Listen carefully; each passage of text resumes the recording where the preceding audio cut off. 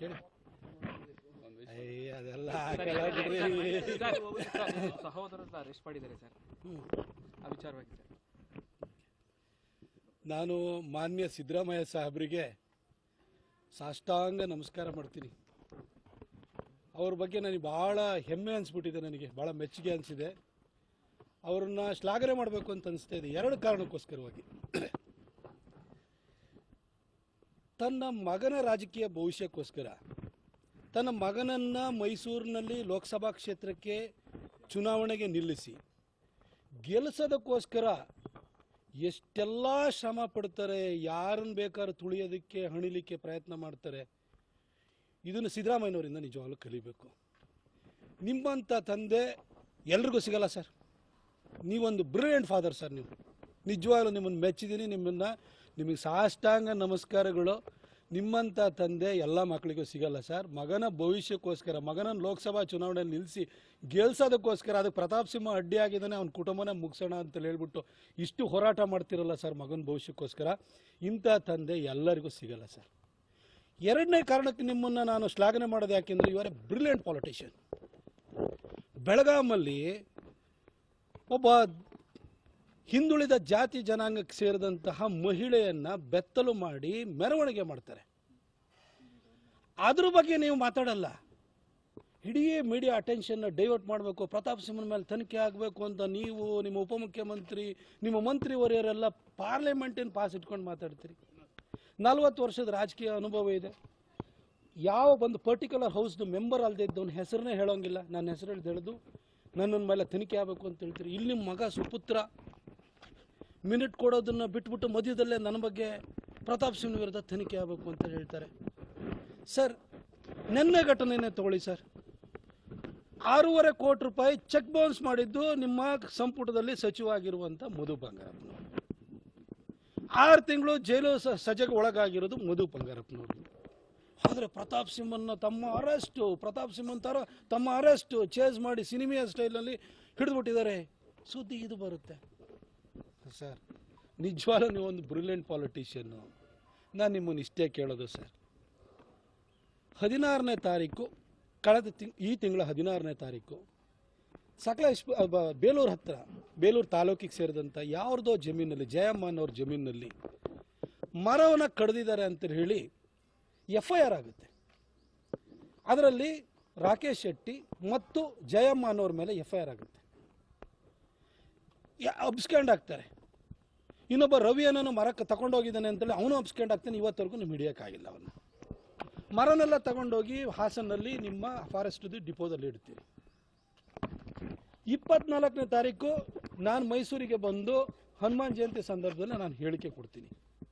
ಇದಾಗಿ 2 ಗಂಟೆಯಲ್ಲಿ ನಿಮ್ಮ ಕಾಂಗ್ರೆಸ್ ಸೋಷಿಯಲ್ ಮೀಡಿಯಾದಲ್ಲಿ, ಫೇಸ್ಬುಕ್ನಲ್ಲಿ ಪ್ರತಾಪ್ ಸಿಂಹನ ತಮ್ಮ ಮರಗಳತನ ಮಾಡಿದ್ದಾನೆ ಅಂತ ನೀವು ಪೋಸ್ಟ್ ಹಾಕ್ತೀರಿ. ಯಾರಿಗೂ ಗೊತ್ತಿಲ್ಲ. ನಿಮ್ಮ ಕಾಂಗ್ರೆಸ್ ಇದು ಸೋಷಿಯಲ್ ಮೀಡಿಯಾದಲ್ಲಿ ಪೋಸ್ಟ್ ಬರುತ್ತೆ. FIR ಇರೋದು ಜಯಮನ್ ಮೇಲೆ, ರಾಕೇಶ್ ಶೆಟ್ಟಿ ಮೇಲೆ, ಇನ್ನೊಬ್ಬ ರವಿ ಅಂತ ಇನ್ನೂ ಅವನು ಅಬ್ಸ್ಕ್ಯಾಂಡ್ ಆಗಿರೋನು. ಪ್ರತಾಪ್ ಸಿಂಹನ್ ಸಹೋದರನಿಗೂ ಈ FIRಗೂ ಏನು ಸಂಬಂಧ ಇದೆ? ಆಯಿತು, ಅದಕ್ಕೂ ನಾನು ಸ್ಪಷ್ಟನೆ ಕೊಟ್ಟಾದ ಮೇಲೆ 30ನೇ ತಾರೀಕು ಮಧು ಬಂಗಾರಪ್ಪನವ್ರ ಘಟನೆ ನಡೀತದೆ. ನನ್ನ ತಮ್ಮನ್ನು ಹೋಗಿ ನೀವು ಚೇಸ್ ಮಾಡಿ ಹಿಡಿಯೋಕೆ ಅಂತ ಹೋಗ್ತೀರಿ. ಏನು ನನ್ನ ತಮ್ಮ ತಲೆ ಮರೆಸ್ಕೊಂಡಿದ್ನ? 2 ದಿನ ಮೊದಲೇ ಹೋಗಿ ಫಾರೆಸ್ಟ್ ಡಿಪಾರ್ಟ್ಮೆಂಟ್ ಅವ್ರು ಕೇಳಿದಾಗ ಹೇಳಿಕೆ ಕೊಟ್ಟು ಬಂದಿದ್ದಾನೆ. ನಿಮ್ಮ FIR ಅಲ್ಲಿ ಅವನ ಹೆಸರಿದೆಯಾ? ಅವನ ಆರೋಪಿನ? ಹಾಗಾಗಿ ಅವನು ತಲೆ ಮರೆಸ್ಕೊಂಡಿದ್ದಾನಕ್ಕೆ ಮೊಬೈಲ್ ಆನ್ ಮಾಡ್ಕೊಂಡೇ ಇದ್ದಾನೆ. ಆ ಮೊಬೈಲ್ನ ಟ್ರ್ಯಾಕ್ ಮಾಡ್ಕೊಂಡಲ್ವ ನೀವು ಬೆಂಗಳೂರಿಗೆ ಹೋಗಿದ್ದು?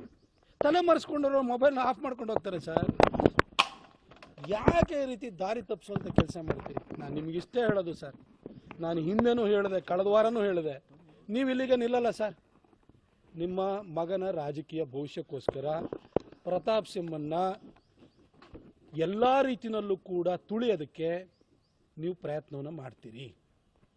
ನನ್ನ ಚಾರಿತ್ರ್ಯವಧೆಯನ್ನು ಮಾಡ್ತಾ ಇದ್ದೀರಿ, ನನ್ನ ಕುಟುಂಬವನ್ನು ಎಳಿತಾ ಇದ್ದೀರಿ, ನನ್ನ ತಮ್ಮನ ದಿನ ಇನ್ನು ಫಿಕ್ಸ್ ಮಾಡೋಕ್ಕೆ ಅಂತ ನೋಡ್ತಾ ಇದ್ದೀರಿ ಸರ್. ನನ್ನ 3 ಗಂಟೆಗೆ ಅರೆಸ್ಟ್ ಮಾಡಿದ್ದಾರೆ. ಇವತ್ತವರೆಗೂ ಕೋರ್ಟಿಗೆ ಯಾಕೆ ಸರ್ ಪ್ರೊಡ್ಯೂಸ್ ಮಾಡಿಲ್ಲ? ನಿಮ್ಮ ಹತ್ರ ಅಷ್ಟೊಂದು ಎವಿಡೆನ್ಸ್ ಇದ್ಮೇಲೆ ಸರ್. PCCFಗೆ ನಾನು ಮಾತಾಡ್ತಾ ಇದ್ದೀನಿ, ರಾತ್ರಿಯಿಂದಲೂ ಮಾತಾಡ್ತಾ ಇದ್ದೀನಿ. ಈಗ ಕರ್ಕೊಂಡು ಹೋಗ್ತೀವಿ. ನಿಮ್ಮ ತಮ್ಮನಿಗೆ ನಾವೇನು ತೊಂದರೆ ಕೊಡಲ್ಲ. ಅಲ್ಲ, ತೊಂದರೆ ಕೊಡಲ್ಲ ಅಂದಮೇಲೆ ಇಷ್ಟೊತ್ತವರೆಗೂ ಯಾಕೆ ಇಟ್ಕೊಂಡಿದ್ದೀರಿ ಸರ್? ಯಾವ ಒತ್ತಡವನ್ನು ಹೇಳಲಿಕ್ಕೆ ಅಂತ ಹೊರಟಿದ್ದೀರಿ ಸರ್?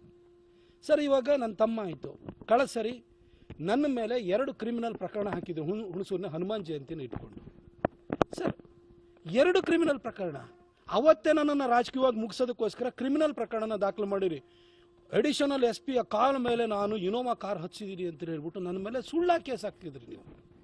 ಅವತ್ತು ನನ್ನನ್ನು ಮುಗ್ಸಕ್ಕೆ ನೋಡಿದ್ರಿ, ಆಗಲಿಲ್ಲ. ಮೈಸೂರು ಮತ್ತು ಕೊಡಗಿನ ಜನ ನನ್ನ ಕೈ ಹಿಡಿದು 2019ರಲ್ಲೂ ಗೆಲ್ಲಿಸಿದ್ರು. ಇವಾಗ ನಿಮಗೆ ನಿಮ್ಮ ಮಗನ್ನ ಅಸೆಂಬ್ಲಿ ಸೀಟನ್ನು ತೆರವು ಮಾಡಿಕೊಟ್ಟು ನಿಮಗೆ ಬಿಟ್ಕೊಟ್ಟಿದ್ದೇನೆ. ಈಗ ನಿಮ್ಮ ಮಗನ್ನ ರಿಹ್ಯಾಬಿಲಿಟೇಟ್ ಮಾಡಬೇಕು ಸರ್. ನಿಮ್ಮ ಮಗನ ಭವಿಷ್ಯಕ್ಕೋಸ್ಕರ ನನ್ನ ಕುಟುಂಬನೂ ಕೂಡ ನೀವು ಮುಗ್ಸಕ್ಕೆ ಹೊರಟಿದ್ದೀರಿ ಸರ್. ಮನೆಯಲ್ಲಿ ನಮ್ಮ ವಯೋವೃದ್ಧ ತಾಯಿ ಇದ್ದಾಳೆ ಸರ್, ಅವಳನ್ನೂ ಅರೆಸ್ಟ್ ಮಾಡಿಬಿಡಿ ಸರ್, ಪರವಾಗಿಲ್ಲ. ನನ್ನ ತಂಗಿ ಇದ್ದಾಳೆ, ಅವಳನ್ನೂ ಅರೆಸ್ಟ್ ಮಾಡಿ. ನಮ್ಮ ಕುಟುಂಬನ ಮುಗಿಸ್ಬೇಕು ಅಂತ ಹೊರಟಿದ್ದೀರಿ, ಆಯ್ತು ಬಿಡಿ. ನಿಮ್ಮ ಕುಟುಂಬ ರಾಜಕಾರಣನೇ ಮುಂದುವರಿಲಿ. ನಿಮ್ಮ ಮಗನ ಭವಿಷ್ಯಕ್ಕೋಸ್ಕರ ಎಲ್ಲರೂ ಮುಗಿಸ್ಬಿಡಿ ಸರ್.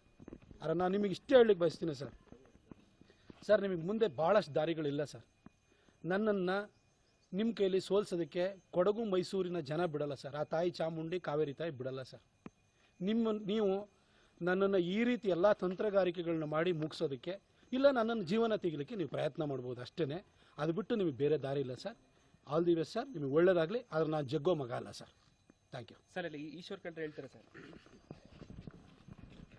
ಬರೋ ಪುನಿ ಹಿಂದೆ ಬಾ, ಸಾಕು ಸರ್. ಹಿಂದೆ ಬಾ ಪುನಿ.